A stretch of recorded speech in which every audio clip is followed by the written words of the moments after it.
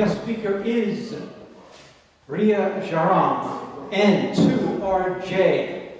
Ria is the ARRL Hudson Division Director, okay, which is our area. She'll go into her parameters, the perimeters of where she is involved.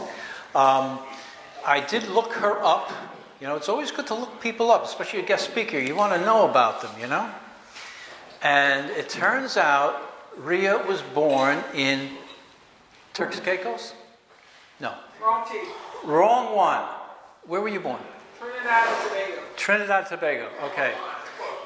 The reason I'm bringing this up is that we have in January a DX contest on broadcast, okay? And one of our long ranges that we can win heavy points is the Turks and Caicos.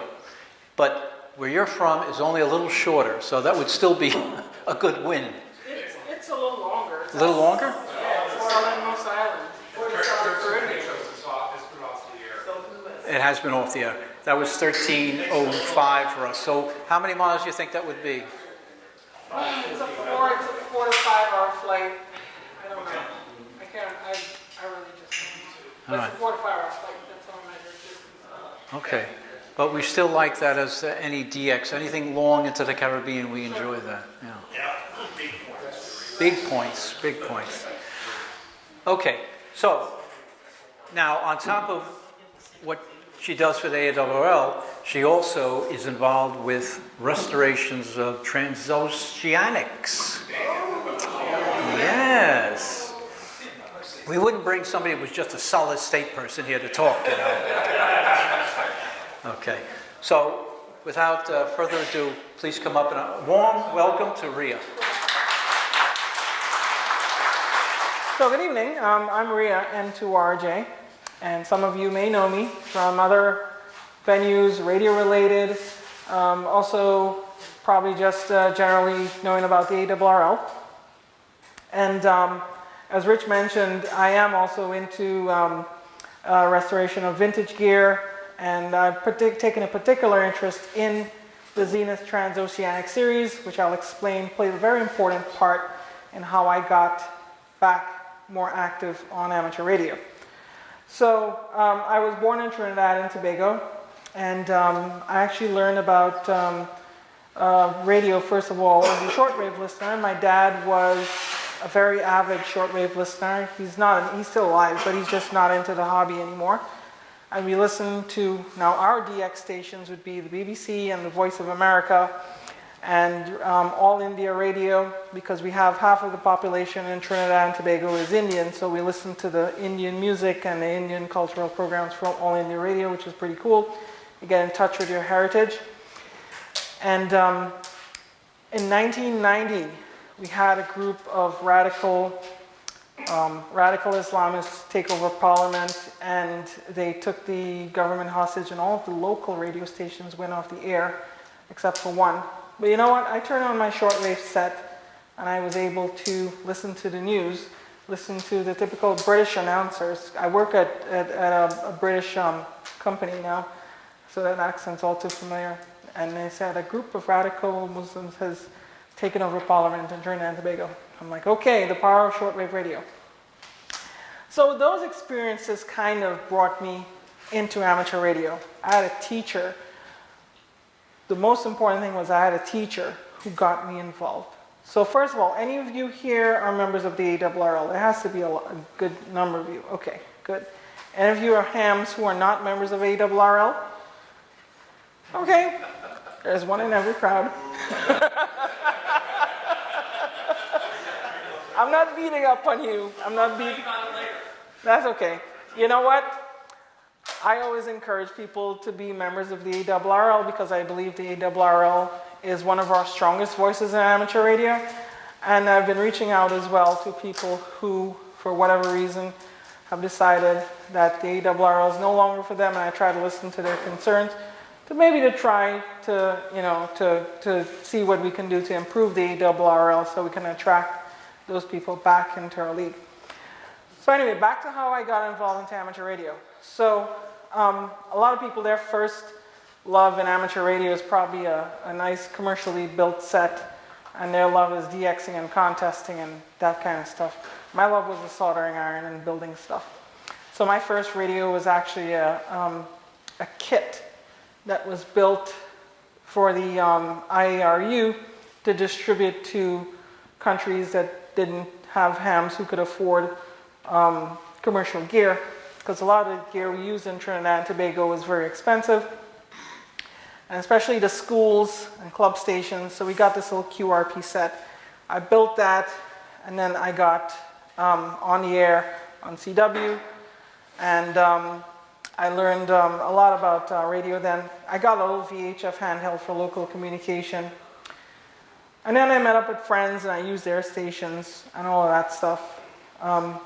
So to get my license initially, I had to take the British City and Guilds Radio Amateurs exam, which is about equivalent, it was about equivalent to the US Extra Class exam, and there was only one exam, and there was only, well, there are two licenses, one with code and one without code, with the same privileges, oddly enough, just one you're not allowed to use Morse code. Guess which one? Okay. So yeah, so I took that. I took the license with code because I figured, hey, it was a cool thing to learn. How many of you had a Commodore 64 computer? Really? Are you sure this is the antique made radio? Okay, I was kidding. Yeah, I'm looking across the street probably, right? Yeah.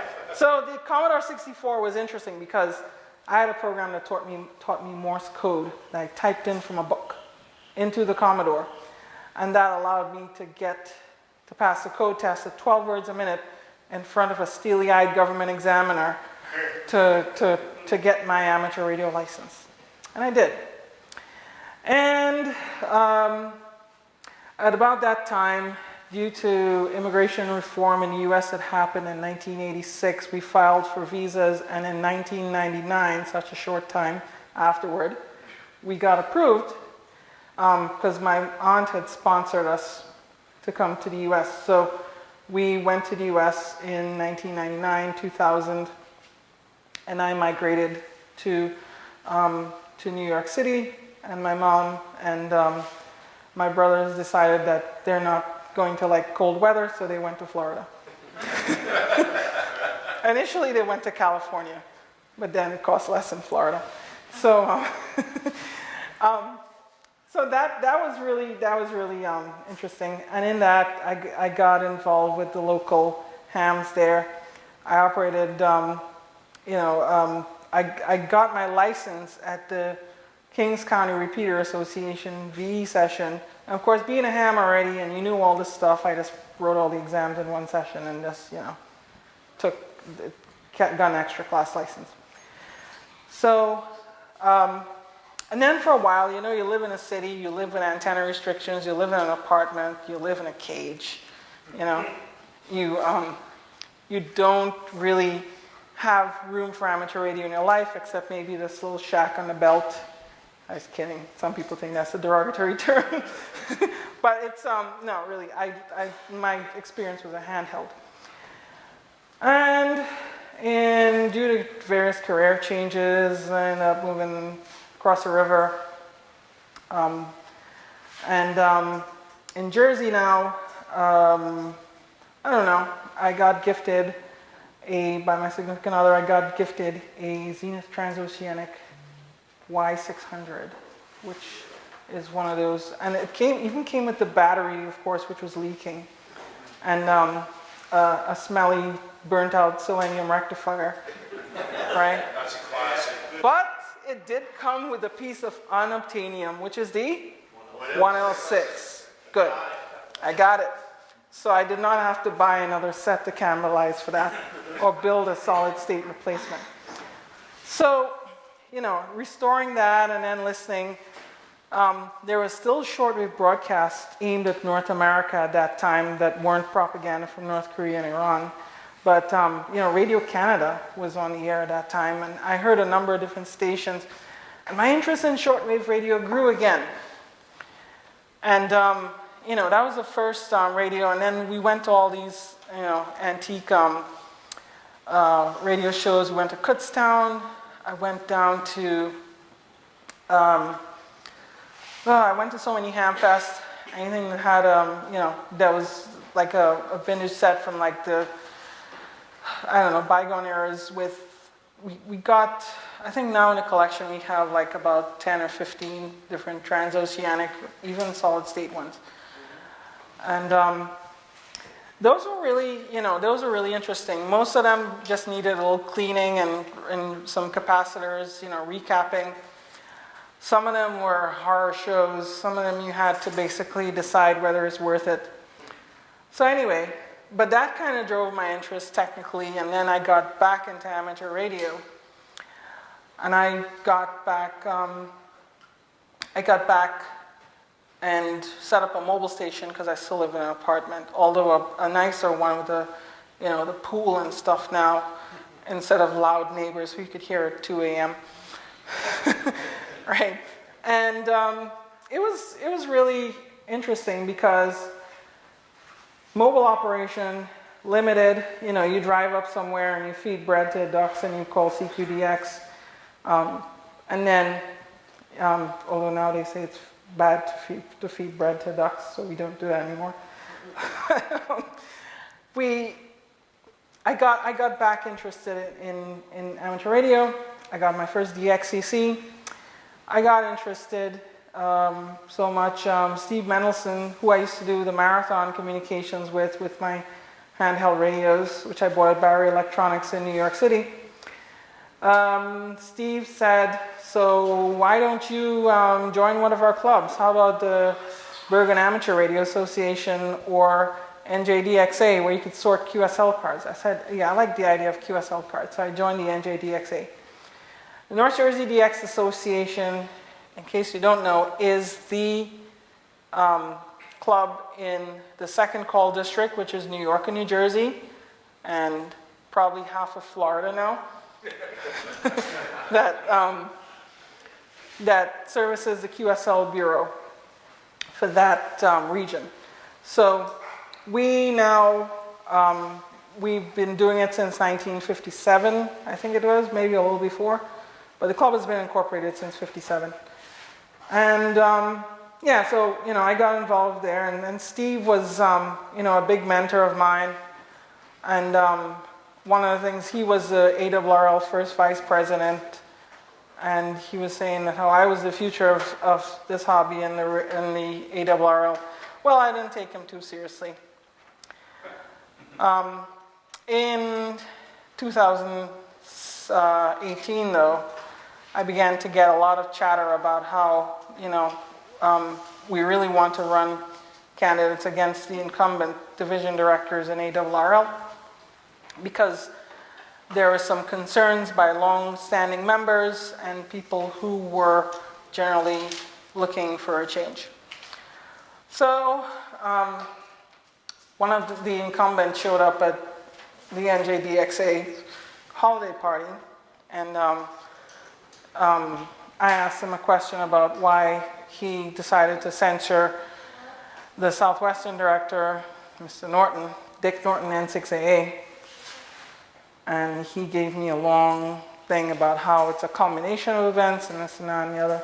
I'm like, well, I don't really believe that. I said, you have an election coming up. Who's going to run against you? I said, maybe I should support that person. And he said, who's going to run against me? Are you going to run against me? I said, that's not such a bad idea. Well, the rest is history. But that's a very colorful story leading up to how I am now in this position of Hudson Division Director. So what is the Hudson Division? To understand the Hudson Division, you have to understand the history of the ARRL. And to start with, the ARRL only had, I think, 8 divisions at one time, maybe even less. I actually have the history up on the Hudson Division website at hudson.arrl.org, and you can see that there. But the Northeast, the entire Northeast, was the Atlantic Division. Now, how many of you live in South Jersey? Southern New Jersey section. Good. So you're in the Atlantic Division.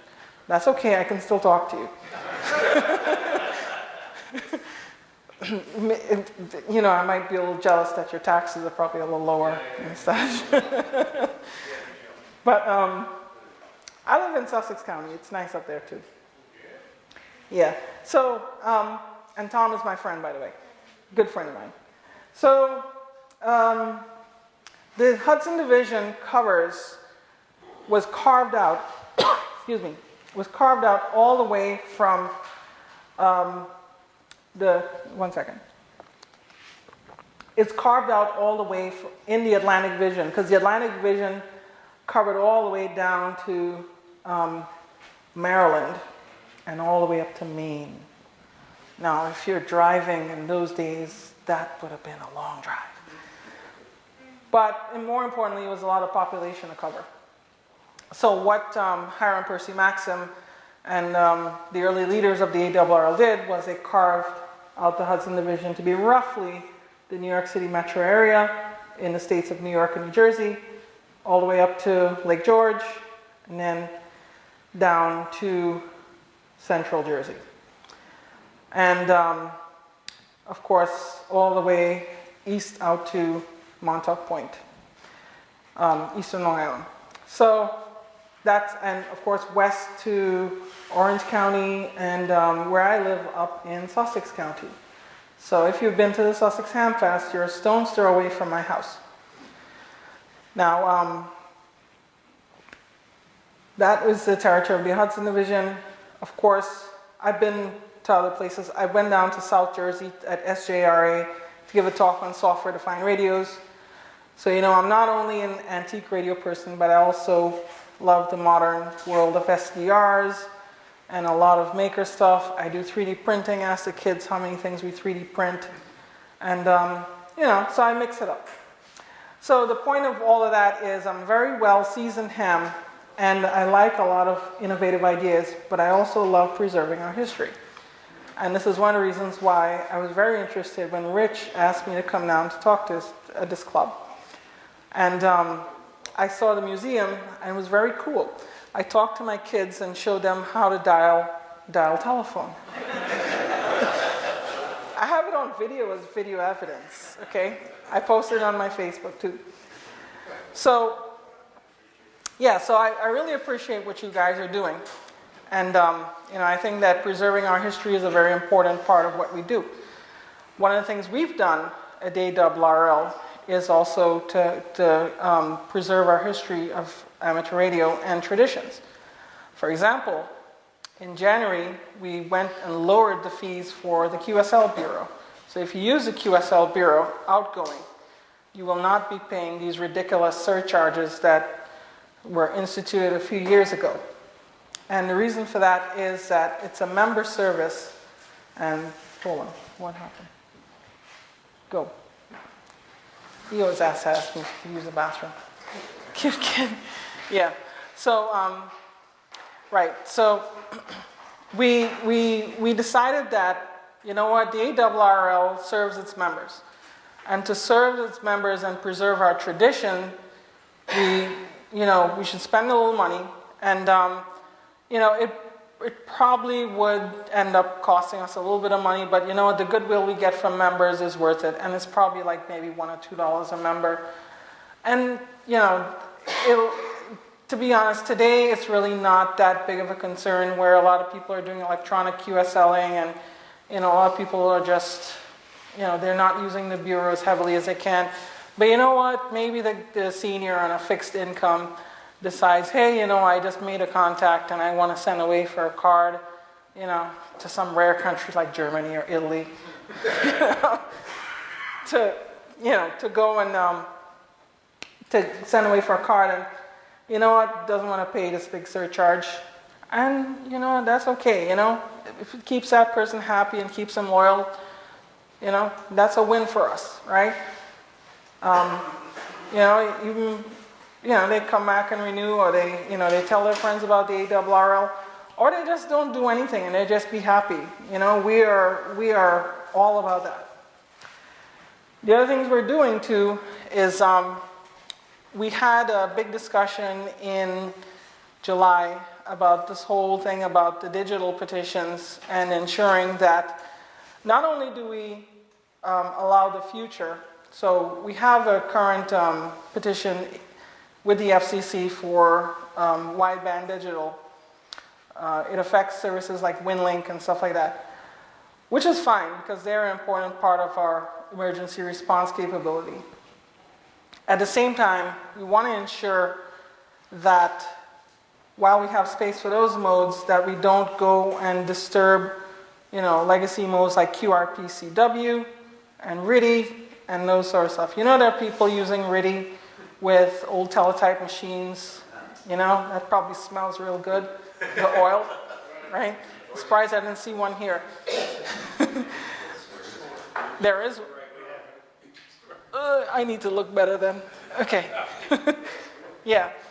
But, so there's stuff like that. And initially we decided that we would, put all the automatic modes together. And we're currently working on band planning to expand space for them and move them away from the legacy modes. So this way we help preserve our history while advancing the future. And it's not going to make everybody happy, but I think it's the best balanced overall. And of course, if you disagree with it, you're welcome to tell me, and we'll take it into account. We're not, we're not dictators. We're not, we're not tone deaf to membership. We've taken a lot of feedback from people, and generally, we're looking to a more open ARRL. So, back to what happened in January. Since we had 4 new directors on board, we also reversed a lot of the other stuff that was going on. For example, the Code of Conduct, which netted Dick Norton a censure. And we also changed the legal counsel and put in place a review for the structure of that. So we have a new legal counsel, Mr. David Siddall, K3ZJ. If any of you read CQ Magazine, you'll know he's the contesting editor. So he's an active ham, and he knows ham radio in and out. So we're very pleased to have him on board.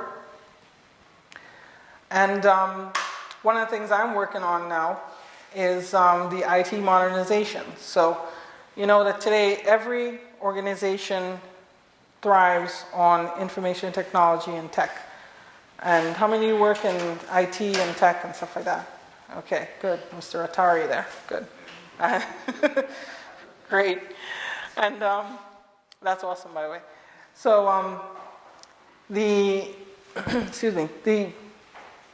what we want to do is we want to revamp the old infrastructure.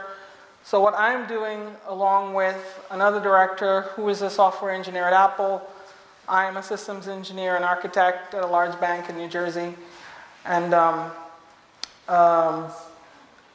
we have another IT person, and then we have the IT staff of the league. So we meet with them, and we discuss their needs, and we discuss, more importantly, a plan for going forward for modernization.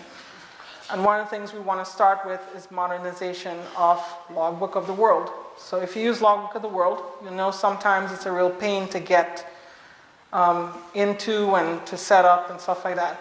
So right now they're working on Logbook 2.0. And we are making some additional enhancements to that. We're planning some of that. So you'll look out for that soon. And last but not least, with regard to what we're doing, we're also working on getting relief for people who have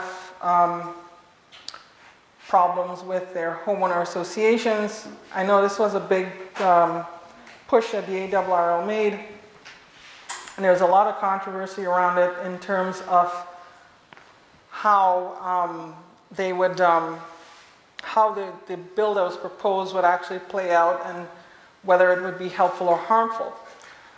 So we have a few things we've been doing in the States. So for example, in New England division, we have Fred Hoppengarten, K1VR, who literally wrote the book on antenna zoning. He's been working in New Hampshire and Vermont on antenna bills in those states. And in addition, we've been working with homeowner associations to come up with a solution with them that's not basically saying that, well, the HOAs have all the power to reject everything due to aesthetics. So we came up with an agreement with an HOA, Sun City, Arizona, and it was very reasonable.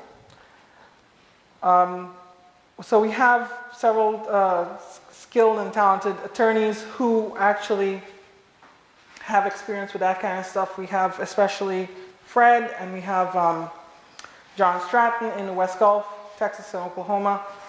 And John is very clever. He's a very sharp lawyer. He actually worked in Texas to get a bill that gives people the right to put a flagpole. So you can have a flagpole that's exactly 43 feet high, right? And then you bury some wires below it. And, you know, hey, you know what? How did that get attached to my transceiver?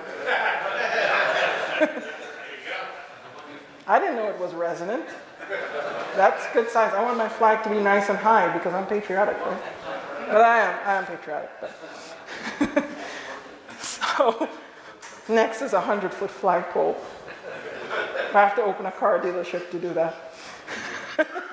Okay, so it's things like that we're doing, right? And we're definitely trying to foster a more open and honest, and definitely a more progressive. I hate to use that word because people think it's politically progressive, and no, I'm not bringing politics in this, but progressive meaning that we're looking for ways to move forward and not to stay backwards and stay stagnant, right? We want to work with our members and listen to our members and find out exactly what their concerns are, right? Especially former members who may have dropped their ARRL membership because of something that happened in the past. I'll mention a few other things, and then I'm going to give it back to Rich. Electronic VE submission.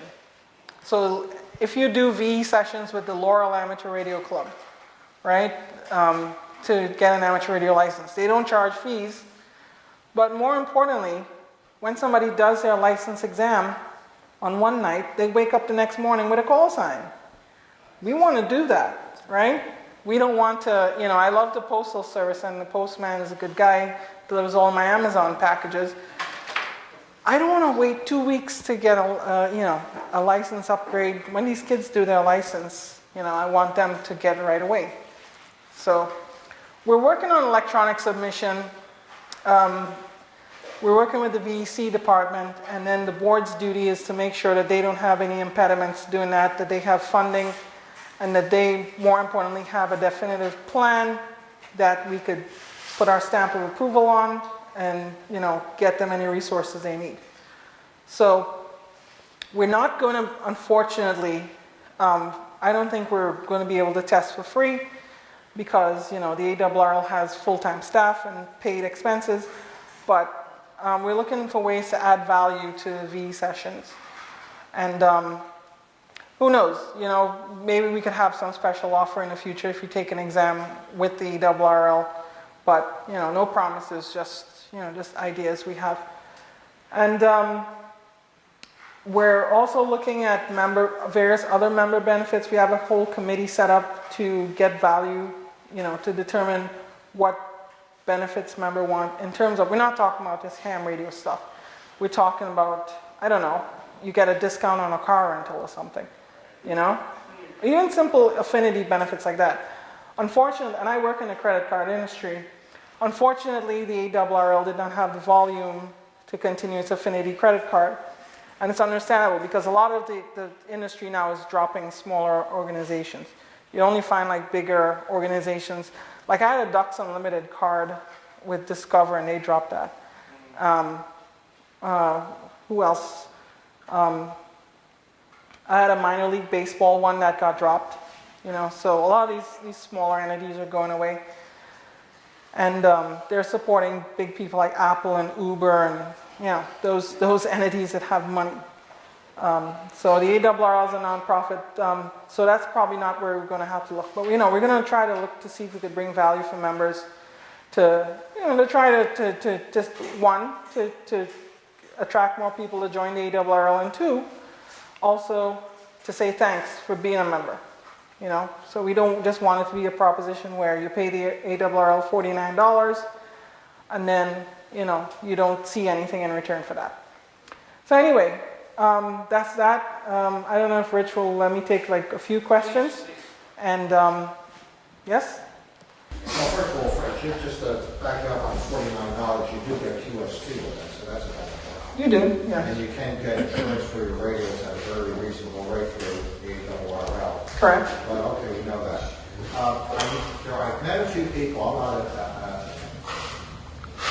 and what is it? You have the technician, the extra, or the advanced, and then the extra license. What's the one that went out and they won't give them an upgrade to the extra? So there's a technician, general, advanced, and extra. Yes. It was the advanced. Right. The advanced is the one that's grandfathered in, meaning that they'll let you renew and they won't give you any additional privileges. Yeah, I don't know what the backstory on that is. I've been trying to find out, and everybody seems to want to pass the buck on the FCC. But I'll, I know the ARRL was, trying to, get it through, and Yeah. the FCC knocked it down. Right. The people that I speak to, we're not talking great, bandwidth, Right. usage, but the fact that they've really taken so much of the exams already, Yeah. and they don't offer that license class anymore, you can keep it. Right. But I was just surprised that the FCC just wouldn't automatically make that an extra class. Yeah, and the FCC, the challenge with the FCC today is that the FCC wants less hands on everything. They wanted to, I hate to use that D word, they wanted to move toward deregulation where, we manage ourselves more than they manage us. So that's probably why they're not touching it, and they realize that, they've also told us they don't want more than 3 license classes, unofficially, right? But I mean, that's public knowledge anyway. So yeah, that one, I can find out. If you have a card of mine, you could send me an email. I'll give you a card. Yeah, but Nothing to do with the ARRL, has Yeah. been very supportive of all. Sure. I'm surprised with the FCC, yeah, I think it's a combination of the FCC wants to do less with regulating all radio services, and and it's more. They just don't want to deal with the mess. So he was first, and then you. Does the Hudson division cover the entire state of New Jersey? It does not. And the dividing line is this county, is the southern, Monmouth. So it doesn't go down to Ocean. So if I'm in Burlington County, No, definitely not. Yeah, Monmouth, I think Middlesex too. So the northern New Jersey section, on the website I have the exact division boundaries, and I have a map, and I have the listed counties. So it goes by county. So the county boundary is basically along the middle of New Jersey, right? Monmouth and Middlesex. Mercer would be, Mercer, I think, is southern. Mercer is definitely southern because Joe Taylor, K1JT, is in Mercer County. He's in Princeton. So yes, he's definitely, SNJ, southern New Jersey. We're lucky enough to have Joe Taylor come here and give us a talk. Oh, you did? Yeah. Joe's a good friend of mine, actually. And Joe endorsed me for when I was running. So he's a good guy. You said in your early days you were with the Kings County Relay League, a repeater league or something? Kings County's what? Did you live there? Yeah, so I lived in a few places. My family at that time were diplomats, right? That's first marriage. And we lived on Roosevelt Island, and then I took my license exam at the Kings County Repeater Association in Brooklyn because it was one of the ones I found on the website. oh, okay, so you didn't live there. I didn't live in Brooklyn. I lived in Queens for a while. You were a locksmith, that's why. What? Is it? Meaning you're born and raised in Brooklyn. No. You said people that come from the same European place. Forget about it. All right. No, it's what made you. Yeah, I did go to college in Brooklyn at Polytechnic. Oh, where? Yeah, I did electrical engineering, BSE. You mentioned the ARRL dealing with HOAs on a local level. Right. What about the Amateur Radio Parity Act? I heard it was dead. So the official act right now has been withdrawn. It is withdrawn, but not, not permanently. We are going to take these lessons we learned from the states and then take that and because we are having active discussions with our lobbyists, right? Should I hold out hope for that, or should I deal with the ARRL locally? No, I think definitely. And where are you at? I live in Ocean. I'm in Ocean County, right over. Okay. You know what? I'm in an HOA. Yeah. And, I mean, I would continue the dialogue with Tom and Bob Familio, right? Because probably more Bob because Bob's a lawyer. But talk to Tom and Bob, and just let them know because they're. So I will still listen to you and talk to you, but out of courtesy to them, I always refer people to their own division directors. I'm 2 miles over the border. That's fine. That's fine. No. I'm still listening to you, and I'm still going to tell them, right? But yeah, no, definitely, we are definitely going back to Congress, and we are definitely not giving up our efforts federally, right? Unfortunately, the Parity Act, as it was, seemed to give a little too much discretion to the HOAs, and it seemed to me more like they were planning to just pass that to say, hey, we passed something, now deal with it, I didn't want that. I wanted something effective. And we want to make sure that we get something effective. So what we're doing in the States, first of all, gets us our feet wet and also gets us some lessons learned so we could take that back to Congress.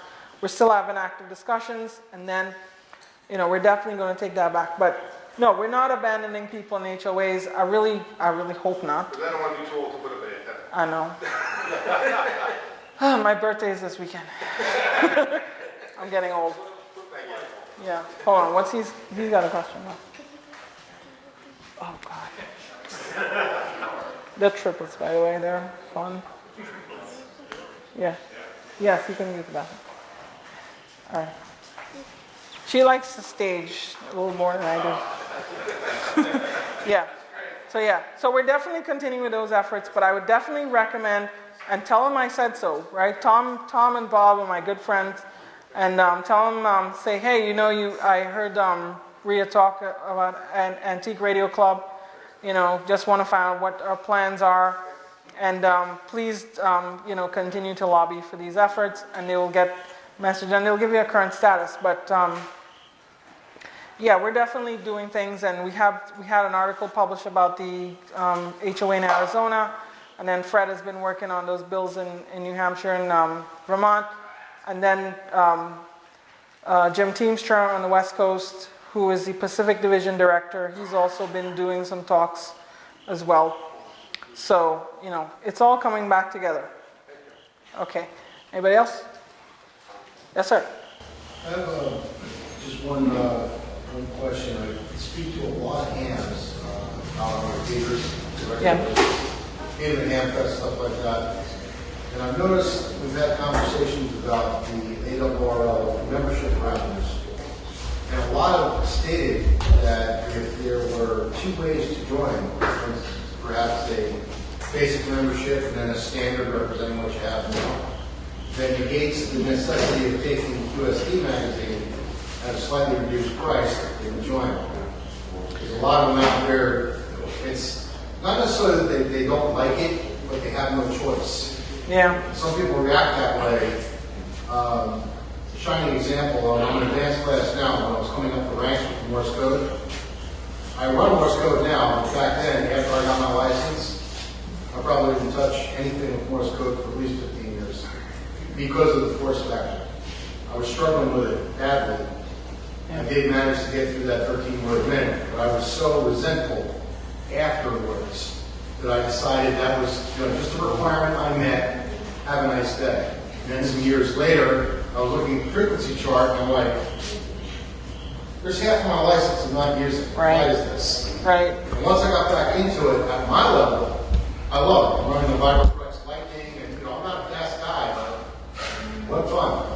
Yeah. So with that mental thing in mind, also from a business standpoint, if you consider the fact that it does cost money to distribute, printed material, whatever it is, not only would you increase your membership, but you would also lighten the workload of having to put out a paper copy, which is also available electronically to a member. Yeah, we've been looking at a number of different things, and it's a concern I often hear.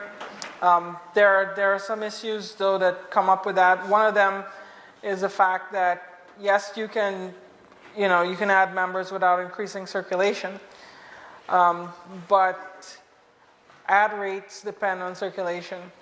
And that's the dance we have to the line we have to walk, unfortunately, with advertisers and subscribers and members. So, but we're definitely looking at ideas to bring dues, to bring dues in line with something that people could see as more affordable, right?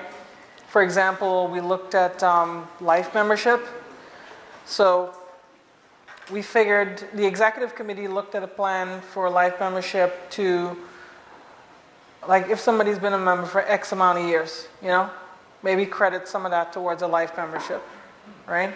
And then they credit that towards a life membership, and then, hey, they pay that amount of money and they don't have to worry about paying the annual dues again. I think that's a no-brainer, basically.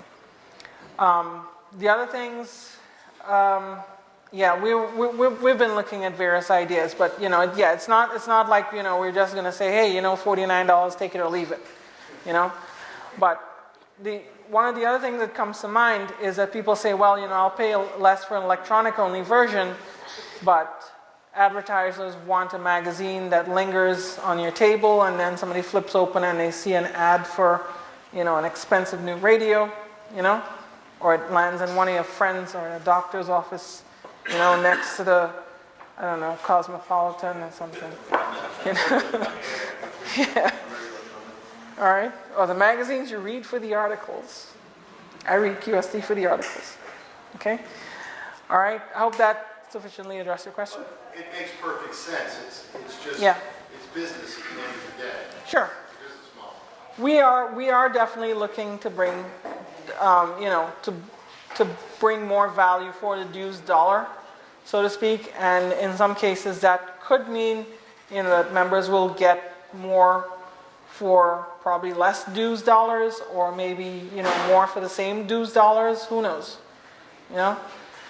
But I'll definitely take that back, and I always get this. I'll bring it back and say, hey, I heard yet again in a club meeting, what are we doing about the dues? A lot of members say that how the $49 is kind of like a pinch. I think if I was talking to the powers to be myself, because I'm in a job function where I report to like an executive director, since I'm in the coordinator class. Right. A lot of times I bring things up as a suggestion or something I'm seeing kind of thing that kind of puts reins in their hands. But it's the perception of what I hear coming out of their mouth that sticks with me the most. They like that choice. Where they have a choice to choose which way they want to go. Yeah. And then I don't think the dollar amount difference would have to be much. Right. Just the fact that I don't want these books piling up in my house. Kind of thing. I hear all different sides of it.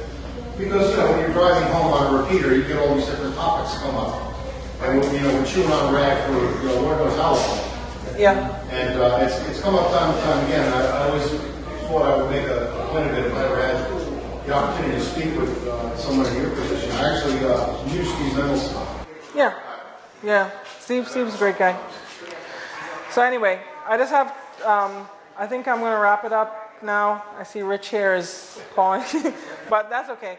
There are just two more things I got to mention. One of them is enforcement. We have a new enforcement program, the Volunteer Monitor Program. And please, if you are involved in that and you have issues and you're in my division, right, talk to me, okay? Because I've been working with Riley on that. We're going to be doing some really cool stuff with advanced technology to pinpoint interference and stuff like that. And two, in case you haven't been following the news, this nonsense about 2 meters in France that some company wanted to take the 2 meter ban, that's gone. And that was work of the IARU. So you could thank Dave Sumner and Tim St. Ellum and these guys in the UK. So with that, thank you very much. Thank you. Okay.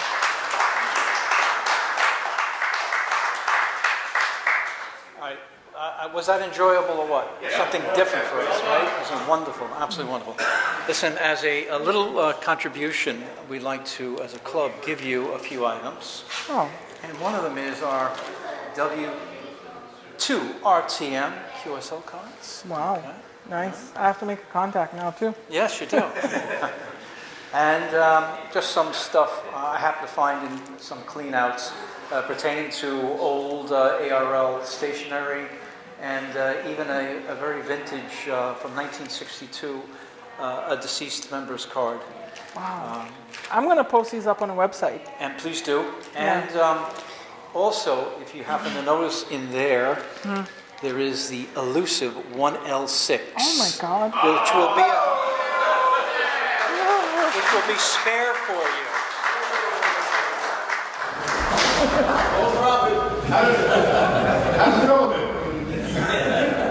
Well, I truly appreciate Rich and JR, and really this means a lot. Thank you. And don't be strange, and we'll let you know when we have our field day, and you've got to come down to PAL and any of our other events too. As you know, they are ARRL events sanctioned. Right. I cannot guarantee that I won't be strange, but I will not be a stranger. Thank you so much, Leo. Thank you so much. And thanks for bringing the kids too. Oh, they love it.